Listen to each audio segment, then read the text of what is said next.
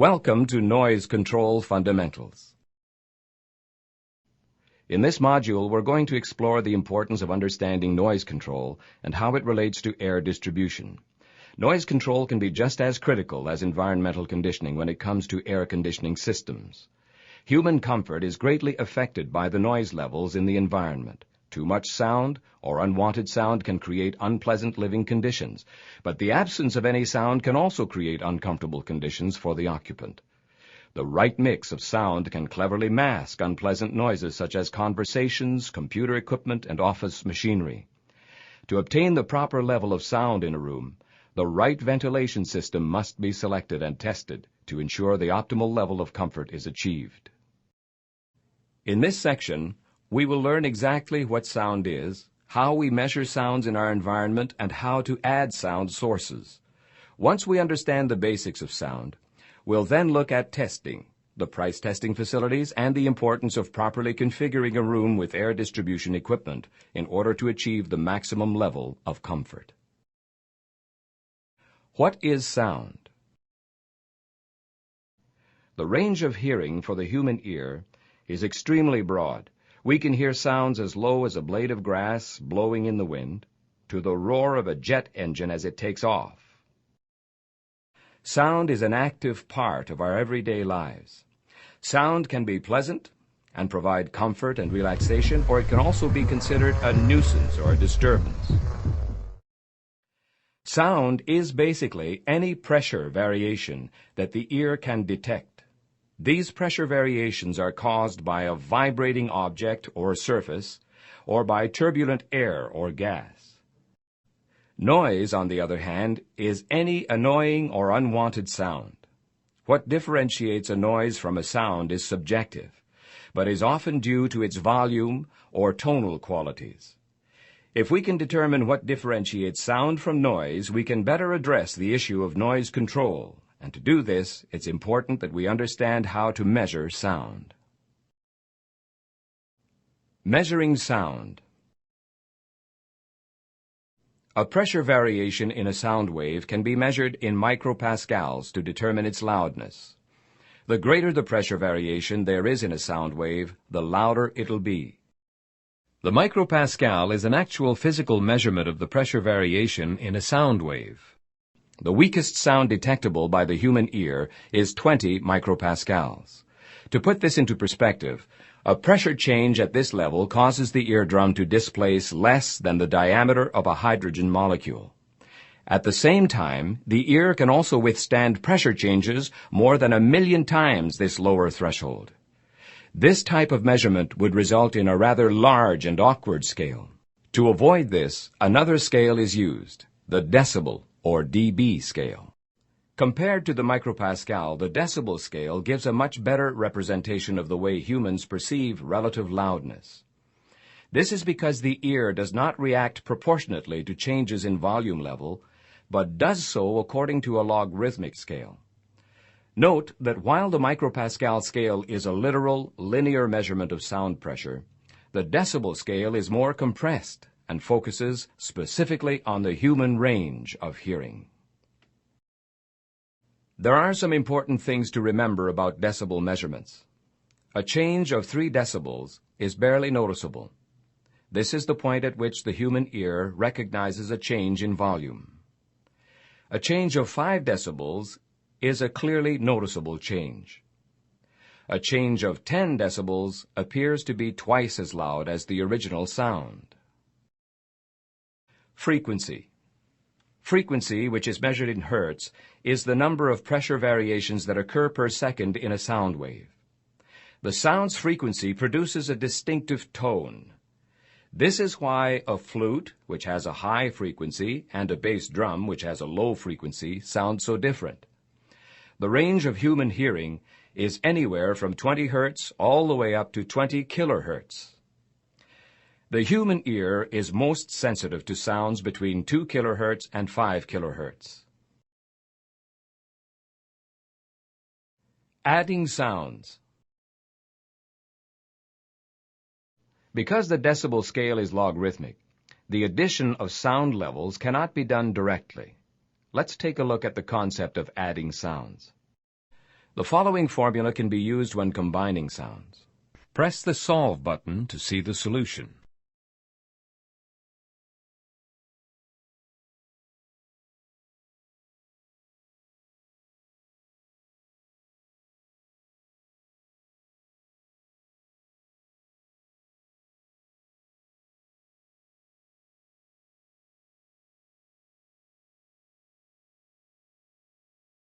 Alternatively, the following chart can also be used to determine sound totals in decibels. At the bottom of the chart is the difference between the two sound levels to be added. The numbers found on the left side of the chart represent the decibel level to be added to the louder sound source to arrive at a decibel total. To better illustrate adding sound levels using this chart, let's take a look at a couple of examples. Take, for example, this mixer, measured at 65 decibels, added to the blender measured at 70 decibels. The difference in the two sound levels is 5 decibels. We find that value at the bottom of the chart and extend a line from this value upward and across the chart. The resulting number, 1.2 decibels, is then added to the sound value of the loudest source for a total sound level of 71.2 decibels. In this example, both hand drills have sound levels of 75 decibels. The difference in the two sound levels is 0 decibels. We find that value at the bottom of the chart and extend a line from this value upward. The resulting 3 decibels is then added to the sound value of either source for a total sound level of 78 decibels. Take, for example, this radio, measured at 75 decibels. Added to the lawnmower measured at 85 decibels. The difference in the two sound levels is 10 decibels. We find that value at the bottom of the chart and extend a line from this value upward and across the chart. The resulting number, in this case 0.4 decibels, is then added to the sound value of the loudest source for a total sound level of 85.4 decibels. Here are some rules of thumb to remember when adding two sound sources measured in decibels. If the two sound sources are equal, the resulting total will be 3 decibels higher than either of the measured values. If one source is more than 10 decibels greater than the other, the quieter source's contribution can be considered imperceptible. Remember that when adding two sound sources measured in decibels, the total will never be greater than 3 decibels higher than the loudest source. As you may recall, a 3 decibel change in volume is barely noticeable to the human ear. Sound power versus sound pressure. It is important to understand the difference between sound power and sound pressure when considering the measurement of an object's sound energy. Sound power is the total sound energy of an object, independent of any environment. We typically determine an object's sound power in a room with no dampening influences. Wherever possible, sound power levels are given for HVAC products to enable reliable side-by-side comparisons. Sound pressure is a measure of an object's sound level in an environment where dampening influences are an issue, such as wall hangings, carpeting, and furniture. Although catalog data provides a basis for product comparisons, the environment into which an HVAC system is installed can greatly affect noise levels perceived by its inhabitants. In order to understand the difference between sound power and sound pressure, let's take a look at 3 similar scenarios. Consider the analogy of a heater's warming effect on a room. The heater's heat output, or power, is rated in either watts or BTUs. This power output will remain constant. We can measure temperature at any point in the room with a thermometer. The size of the room and how it's constructed and furnished will influence the heater's effectiveness, but it will not change the heater's power output. Well-insulated walls and well-designed windows will help maximize the heater's efficiency. Your location and distance from the heater will also influence the temperature that you record. In this instance, we place a light source in the room. The light's output is rated in either watts or lumens and remains constant. The illumination can be measured with a light meter. The size of the room Its construction and furnishings can greatly influence the light's effectiveness. Light-colored walls and furnishings will tend to reflect light back into the environment, while darker colors will tend to absorb the light. Your location and distance from the light source will also affect any readings you might make with a light meter. Finally, let's apply the same scenario to a sound source. The object being tested has a certain sound power level. This sound power level can be expressed in watts or decibels. Sound pressure can be measured with a VU meter. The sound pressure levels recorded are greatly affected by the room. Cement, glass, and tile surfaces will tend to reflect the sound back into the environment. Items such as furnishings, wall hangings, and floor coverings will tend to absorb sound. Your location and distance from the sound source will also influence the sound pressure measurement that you make with a VU meter. From what we've explored in the previous three analogies, we start to understand that the term power is always associated with the energy emitted by an object. Therefore, sound power is the total sound energy of an object, independent of any environment. Sound pressure is a measure of an object's sound level in an environment where dampening influences are an issue. Testing. The availability of reliable sound power and pressure data is important when it comes to comparing and choosing specific products suitable for an environment. A key element in the Price Test Facility is the reverberant sound room constructed to meet ASHRAE and ISO test standards. It is used to measure sound levels produced by the various Price manufactured products. These readings are made under carefully controlled circumstances so as to determine the amount of noise produced by the item in the absence of any dampening influences. Sound absorption in the room is minimized by the specially coated walls and concrete construction. Background noise checks and regular calibration ensure that testing is done in a consistent and precise manner. The resulting sound data is published in the Price Air Distribution Catalog in order to help you select the right products for the right environment. As you may recall from our previous chapter on frequency, frequency is the number of pressure variations per second in a sound wave. Although it is important to get an idea of how loud a particular product is, it's also useful to know what frequencies it produces. Unlike a musical instrument, which produces a specific note, a device such as a terminal unit, fan, or diffuser will simultaneously produce a vast variety of frequencies. For instance, a fan might produce a lot of low-frequency noise due to its motor. High-frequency noise might be produced by airflow through dampers or diffusers. The normal range of concern for most air terminal devices is in the 90 to 5600 Hz range. To derive frequency-specific test data, electronic filters are used to isolate noise occurring in the following frequency ranges. Note that each of the frequency bands center on a frequency which is double that of its predecessor. A tone with a frequency that is twice that of another is said to be 1 octave higher. The frequency ranges that we analyze are therefore called octave bands. Because the contributions found in octave 1 and octave 8 are often imperceptible in HVAC applications, we discard the data found in these frequency ranges before publishing results in the catalog. NC levels. An NC value is the result of reducing all of the sound power data for a specific product into a single number. To accomplish this, we first estimate the sound pressure that an occupant will experience in an environment. Given that we can't predict how the product is going to be used, ARI has determined a conversion process that assumes that the device is installed in a typical room. Attenuation values provided by ARI are subtracted from the sound power levels determined during the frequency testing. This conversion accounts for various environmental effects that will attenuate or dampen the sound. Let's set these values aside for just one moment. As mentioned previously, the human ear is more sensitive to higher frequencies.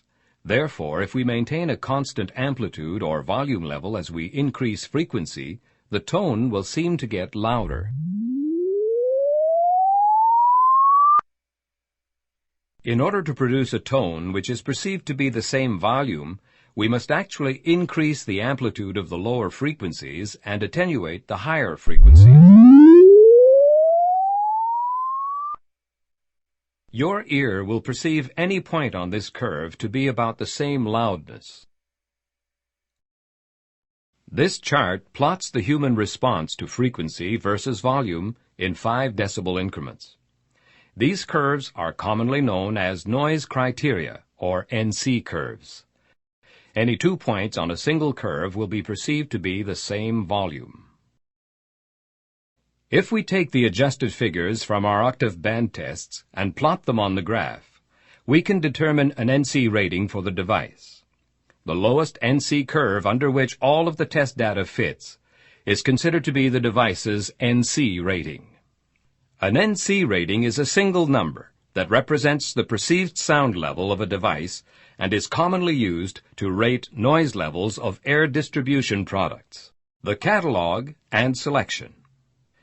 How do we determine whether a product is acoustically suitable for a specific environment? Sound power data and NC ratings for most products are readily available in the price catalog. Let's take a look at how this information is presented and how we can use it to select products for a particular environment. As you may recall, we placed the device to be tested into the reverberant sound room. Sound data is presented differently in the catalog for GRDs and terminal units, so for this example we will examine the discharge sound from a terminal unit. Most devices are tested by passing air through the device at various predetermined rates and pressures. The sound produced is picked up by the microphones and fed into the Brüel and Kjaer real-time frequency analyzer to be split up into octave bands. We determine the sound power produced by the terminal unit in each of the octave bands and publish the information in a format similar to that shown. We determine sound power ratings under a variety of airflow and pressure conditions. Note that as we increase airflow through the terminal unit, the sound power levels increase. Likewise, the tests for static pressure drops show that as air pressure increases, sound power levels also increase. Various sizes of a product are given as well. Typically, a larger version of a particular product will be able to handle larger volumes of air without causing a significant increase in noise. Here we show a typical sound power table for terminal units that might be found in the price catalog. For any given octave band sound power test, we can estimate sound pressure levels using this ARI conversion table. It assumes that equipment is being installed into what ARI has determined to be a typical room.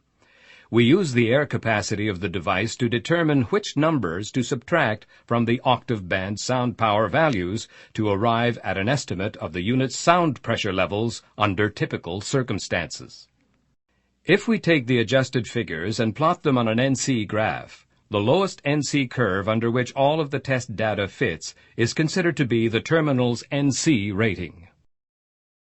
Because we have sound power readings for various airflows and pressures, we can produce NC ratings that correspond to each of these combinations as well. This is a portion of a typical chart found in the price catalog, which shows NC levels for a terminal unit under various conditions.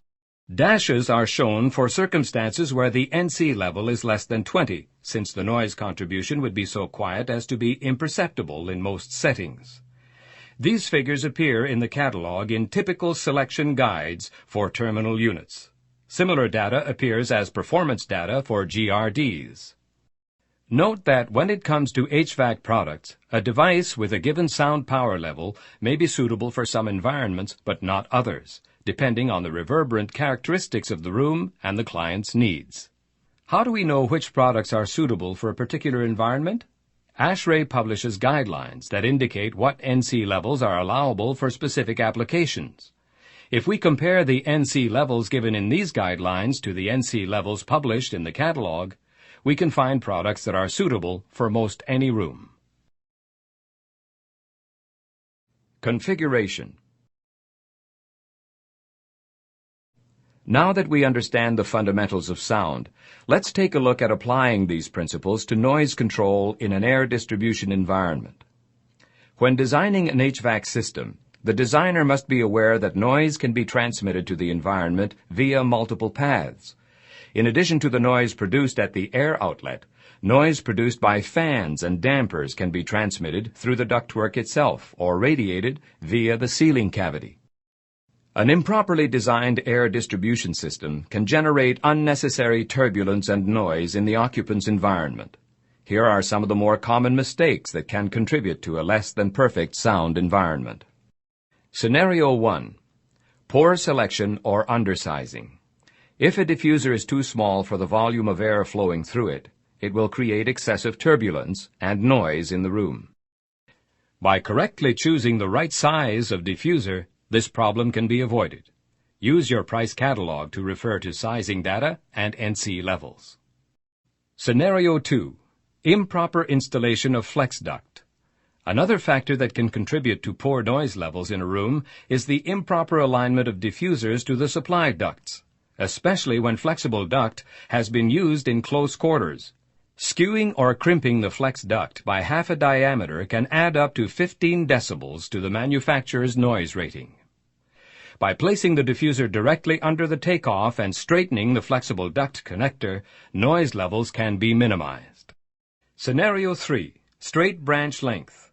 In an ideal situation, the diffuser should be situated directly at the end of a significant length of ductwork. Should conditions not allow for this placement, an imbalance in the airflow may result.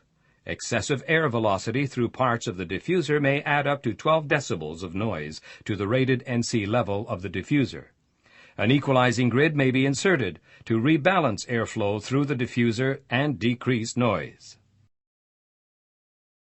A general rule for placing any transition such as elbows, T's, and adapters in ductwork is to give at least 3 duct diameters of distance between any transition and a diffuser. Scenario 4. Poor duct design.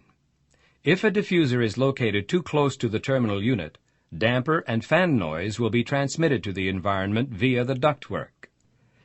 It is recommended that there should be at least 3 duct diameters of distance before your first diffuser is placed. A reasonable amount of line ductwork should be used to dampen noise. Scenario 5. Damper placement. Because dampers create turbulence and noise, it is important to position them as close to the branch or takeoff as possible. The further away the damper is located from the diffuser, the better. Scenario 6. Line diffuser plenums. Care must be taken when lining diffuser plenums. Excessive lining in a slot diffuser plenum can decrease volume, increase air velocity, and may actually introduce significant noise. Price-manufactured plenums contain an optimal amount of lining, so as to minimize the amount of noise produced. Acoustic mock-up room. In order to demonstrate and experience real-world scenarios, Price has constructed a test room specifically for conducting acoustic mock-up tests for terminal units. The room has been designed and finished in accordance with Acoustical Consultants' guidelines for simulating actual office acoustics. Mock-ups can be developed for each project's unique specifications, including terminal unit type, size, air volume, ceiling construction, etc. Acoustic mock-up tests are a very effective method of verifying room NC levels as opposed to relying on the theoretical calculations for terminal unit applications. Visitors can listen to the system in operation as well as be provided with sound measurements. Noise control is a very important factor when considering an HVAC configuration. We hope that you've enjoyed this overview of noise control fundamentals. Please refer to the engineering section of our price catalog for more in-depth information into product-specific areas of noise control. Contact your local Price representative or visit our website at www.price-hvac.com for more information.